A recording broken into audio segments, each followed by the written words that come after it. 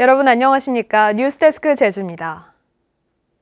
오랜만에 미세먼지에서 해방돼 쾌청한 하늘을 볼 수 있는 주말이었는데요. 무르익은 봄 기운에 곳곳에서 봄꽃들이 앞다퉈 피어나 제주섬을 물들였습니다. 박성동 기자가 보도합니다.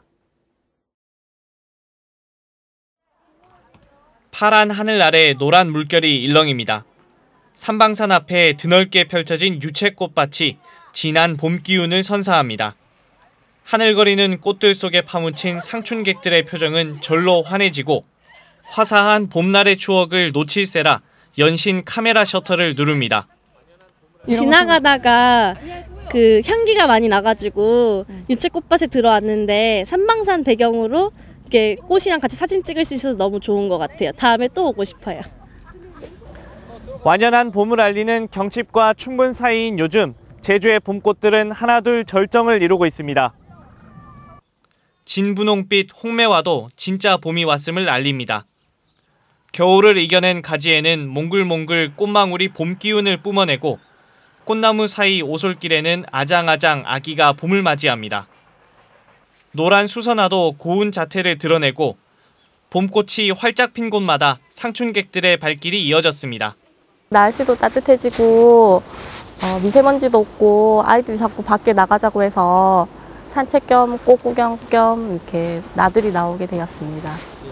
지난 겨울 제주 지역의 평균 기온이 평년보다 1도가량 오르는 등 비교적 포근한 날이 이어지면서 봄꽃들의 개화도 빨라졌습니다.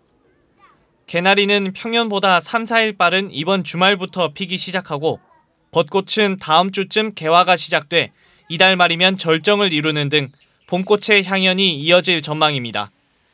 MBC 뉴스 박성동입니다. 올해 제주 4.3의 전국화 세계화 예산이 대폭 삭감돼 사업 추진에 차질이 예상됩니다. 제주도는 올해 4.3 전국화 세계화 사업 예산으로 정부에 29억 원을 요청했지만 지난해 말 정부와 국회 예산심사에서 2억 원만 반영됐습니다. 4.3 70주년이었던 지난해에는 정부 예산에서 35억 원이 반영됐는데 제주도는 자체 예산까지 포함해 11억 원을 책정했다고 밝혔습니다. 2호 유원지 조성 사업이 환경영향평가 재협의 절차에 돌입한 가운데 호텔 높이가 쟁점으로 부상했습니다. 제주도에 따르면 2호 유원지 조성 사업은 2009년 이후 10년 만에 재추진되면서 기존 워터파크와 아쿠아리움 계획을 폐기하고 천실 규모의 대규모 호텔을 조성하는 내용으로 사업 계획을 다시 마련함에 따라 환경영향평가 재협의를 위한 사전 절차를 밟고 있습니다. 현재 환경영향평가 심의위는 본심의에 앞서 사전 검토를 마친 상태로 호텔 높이를 8층에서 4층으로 낮출 것으로 주문했습니다.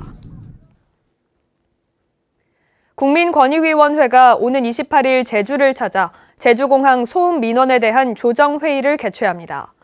제주도에 따르면 국민권익위는 오는 28일 다호마을회관에서 제주도와 제주시, 한국공항공사 관계자들이 참석한 가운데 지난 1월 다호마을이 제기한 공항 소음 진정 민원에 대한 조정회의를 엽니다.